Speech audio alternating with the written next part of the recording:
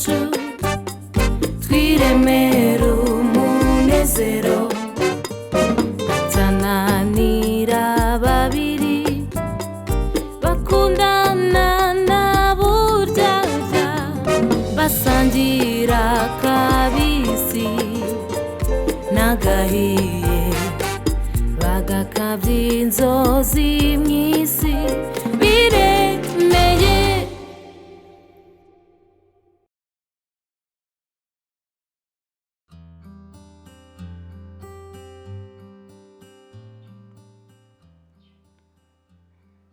Mukane ngiye kubivuga pe ngiye kubivuga rwose ikibyimbye kimeneke.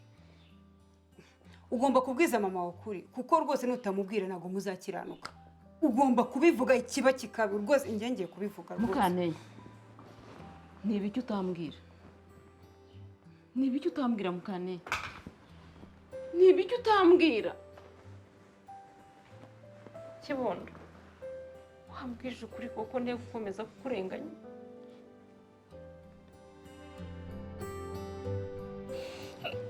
Shawa biranshimishije cyane uri sugi.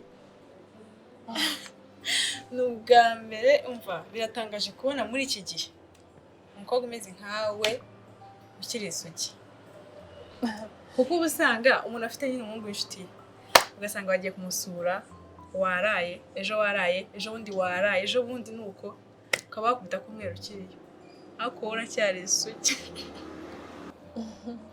Byose ni ubushake. Uri umukobwa w'intwari pe ndagushima. Uzi nk'abo bakobwa nyine baba batari amasugi harwo barafashe ku ngufu si baba baragiye nyine gusanga abo basore ku bushake. Byose biterwa no gufata imyanzuro kandi ukayigenderaho. Asha nibyo pe ni ukuri nibyo gusa nyine inama nakugira komeza uwo murongo urimo ni mwiza pe courage n'ukuri kandi buriya ngendeye nyine ku byo wambwiye nyine uburyo twaganiriye ibyo numviye aha ngaha bigaragara ko ari njye Marvin nyine yabeshye igihe kirekire cyane kuruta wowe uko njye Marvin yambeshye imyaka 4 yose. Ndana imyaka 4 ntabwo mubyumva.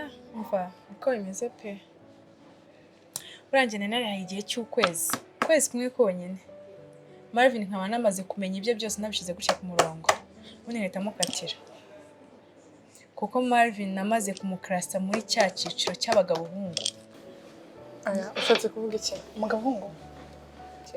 Rero sha Tatya ibintu by'abagabo ndabizi cyane mfite experience ku bagabo byago niyo mpamvu rwose Marvin atajya nyizera hari abatekereza ko ndi umuntu utabasha kubaka utabasha kwicara mu rugo ngo atuze ariko niwe Marvin arajagaraye kuri rwa rwego utabasha kumva. Twagiye duhura mu tuntu twinshi tuzanye utuntu twinshi na Marvin niyo mpamvu atajya nyizera. Mama naratsinzwe pe umbabarire ariko ntako ntagize.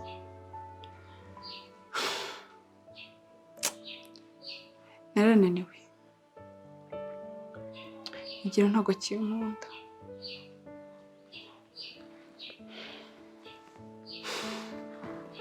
Kane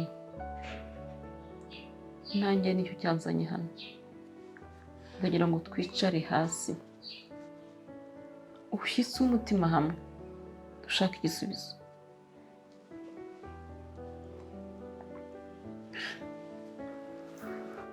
Mama ibintu byo guhora uvuga ngo nta mugabo w'umunyamafuti ngufuti kubaho rwose barahari kandi benshi kugira ngo nawe ubibone. Rero reka mbabwize ukuri ibyo mwavuga byose mwavuga ibimeze bite njye nta na kimwe cyanyu nakwemera kereka mbonanye na Higiro nkumva ibyo ambwira. Umva mama njye inama nakugira ndumva washaka inshuti ye magara. Hari abagabo babiri nkeka ko ari inshuti ze magara cyane hari umwe witwa Ruremesha undi witwa Bonaventure bakunda kwita Bob. Nkurikije ukuntu Mukaneza yabambwiye yeka ko ari ba bantu batatinya kubwira Higiro bamubwiza ukuri, kandi icyo kintu cyagufasha kugira ngo umenye ukuri hanyuma ushake n'umuti w'ikibazo. Urakoze Vava, urakoze ni ukuri, ntabwo ibyo bintu nigeze mbitekereza. Mama, uzashake Bobo muganire, azakubwira ukuri kose, kuko niwe mugabo nzi w'inshuti y'umugabo wanjye magara kandi w'inyangamugayo. Ntabwo atinya kumubwiza ukuri niyo kwaba gusharira, wenda byagufasha. Aha, ariko se mwabana mwe, uwo Bob uwo mwana nimushaka akambwira, wenda bitari byakarenga urugero, aho ntituzaba dukoze nabi. Mama, ndamuzi n'imfura n'inyangamugayo pe, azakubwira uko bimeze kose kandi nimuganire ndabizi muzabona igisubizo gishimishije. Hase mwabana mwe, nkurikije ibyo mwambwiraga, ubwo uwo Bob we ni inyangamugayo? Nyangamugayo ki? Abo se noneho niba bafunga bizagenda bite?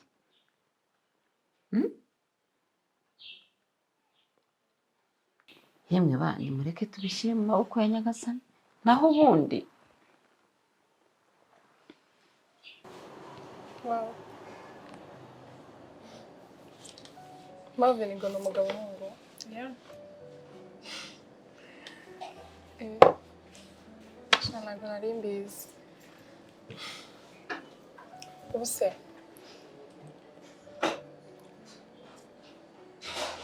nari izina wabona wamushake ese cyo kuba umugabo w'umuhungu, nijye ndashaka umusobanure umugabo w'umuhungu n'umugabo wese gute.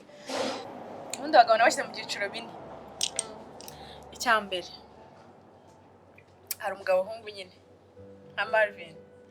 Icya kabiri hari umukinnyi. Uwa gatatu hari ntamenye. Uwa kane umugabo nyamugabo.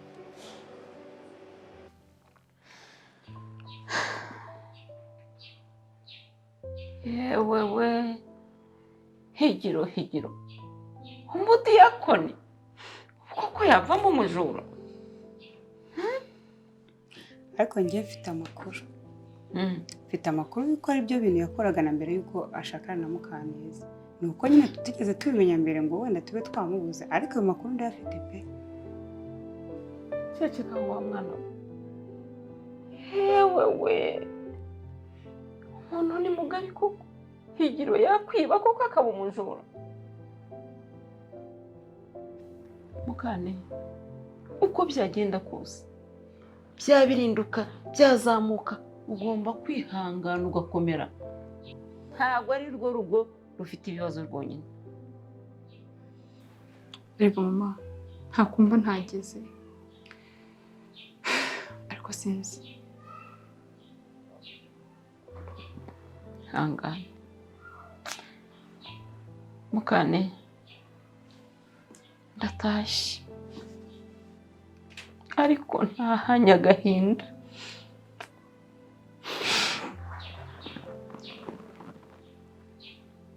Ntahanye agahinda gusa, icyo nakubwira ihangane kandi ukomere. Ukoze mama.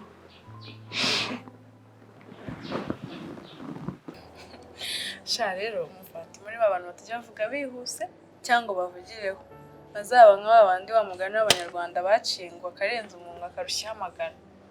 Oya wapi, gusa nawe uri umukobwa mukuru, gende witekerezeho, uzifatire umwanzuro, uhe umurongo. Gusa njyewe Marvin, bitewe n'ibintu mbwiye byose ku murongo, guhera uyu munsi ibyanjye nawe birarangiye, nta kintu kizongera kumpuza nawe, ndamukarabye. Nana, uri umukobwa w'ubwenge, uzi ubwenge pe. Ntabwo nibazaga ko yuko namenya ibintu byinshi kuri Marvin bigeze aha ngaha. Nyine mbereye umuntu ntateganyaga muri iki gihe kandi w'ingenzi ku buryo nanjye numva byandenze. Very interesting. Njyewe ntabwo navuga ngo mfashe umwanzuro cyangwa ngo ngiye kumureka, cyane ko ubu ngubu usa nk'umujujuye, usa nk'umumuye, nari meze nk'umuntu. Hari ukuntu sinzi uburyo nabikubwira, uramumuye, umaye sinzi. Oya ariko ntibiguce intege da, ntibiguce intege nyine, ariko nawe ugende nyine ubitekerezaho nk'umuntu mukuru nyine, uvuga uti ibi. Oya nta ntege binciye, nari naranamwemerera wenda ngo tujye mu bintu byinshi, ariko ni nkaho mumuye ku maso, ukuyeho akantu kari koroshe ku maso yanjye. Ndabigushimira kandi Lana, kuba mpuye nawe muri aka kanya umbaburiye cyagiye mbanza usa nkaho nari kwisanzura ngo tuvugane cyangwa ngo mbwire nyine umbabarire nakwitwayeho nabi. Ariko iyo nza kuba ntavuganye nawe, iyo tuba tutafashe umwanya ngo tuganire ibintu byose tuganiriye, definitely nari kuba mumbye. Muracyafite igihe ariko? Nicyo nari ngiye kugusaba. Ndashaka kugira ngo tuzafate undi mwanya duhure tuganire, umbwire kuko ndumva ufite ibiganiro byiza by'ubwenge, wanyungura byinshi. Ndahari kabisa, nzabigufasha. Wakoze cyane pe. Ntabwo mbyiyumvisha uburyo nabanje kubanza kukwiryaho ntashaka kumva, numva ntazi nyine ibyo umbereyemo kuza ugahagarika umuntu nyine utazi. So umwanya wari ingenzi kuri njyewe cyane. Ndabigushimira cyane Tatiana. Ndabigushimira, urakoze kunyibohoraho, kunyisanzuraho, ukambwira byose. Hari ibyo nyunguye, hari inzira umvanyemo nari ngiye gukomeza. Yakoze.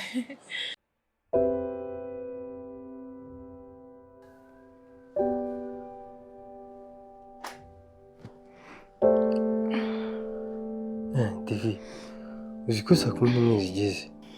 Uvugisha ukuri. Siko wajya mu byo wampaye harimo neza gumino. Noneho ubanza tutsikaye se kantwara nanjye. Gumino nabikura hese sha. Shaswa nsikaye ngutinya. Sha. Cyakora kuva wambabarira ariko nsikaye ntangiye kugutinyukamo gahoro. Cyakora warakoze. Ingabire byararangiye. Ibiki inzoga za mande. Byararangiye ahubwo se makuru ya Diana. Shara wameze neza. Kwanza umwemera. Kamana. Nuko mbona ari umukobwa umeze neza, afite ibitekerezo. Refresh. Hati kanjye rero ngende. Ndabona ukuntu tumeze. Yaza gutuma n'ibyo ntateganyije kuvuga mbivuga. Nkibikiza. Ubuzuye hari icyo utabona. Urabona ibintu aho byerekeza biri aho ngaho gusa. Cyakora imfura pe, Imana igiguha umugisha. Nanjye ndagushyigikiye pe, genda kuko ndabona watuma umuntu. Bikize. Nawe wabibonye. Reka ngende nyine aza kugeraho atakontorore nkabura umurongo, bikaza gutuma njye nawe wenda tunabipfa. Nakunze nyine genda uzagaruka ryarisi, ejo nzateke dusangire. Cyangwa ngaruka ryari ndi kuzanira rire. Nabikura hese sha, uze kuza rwose. Sha.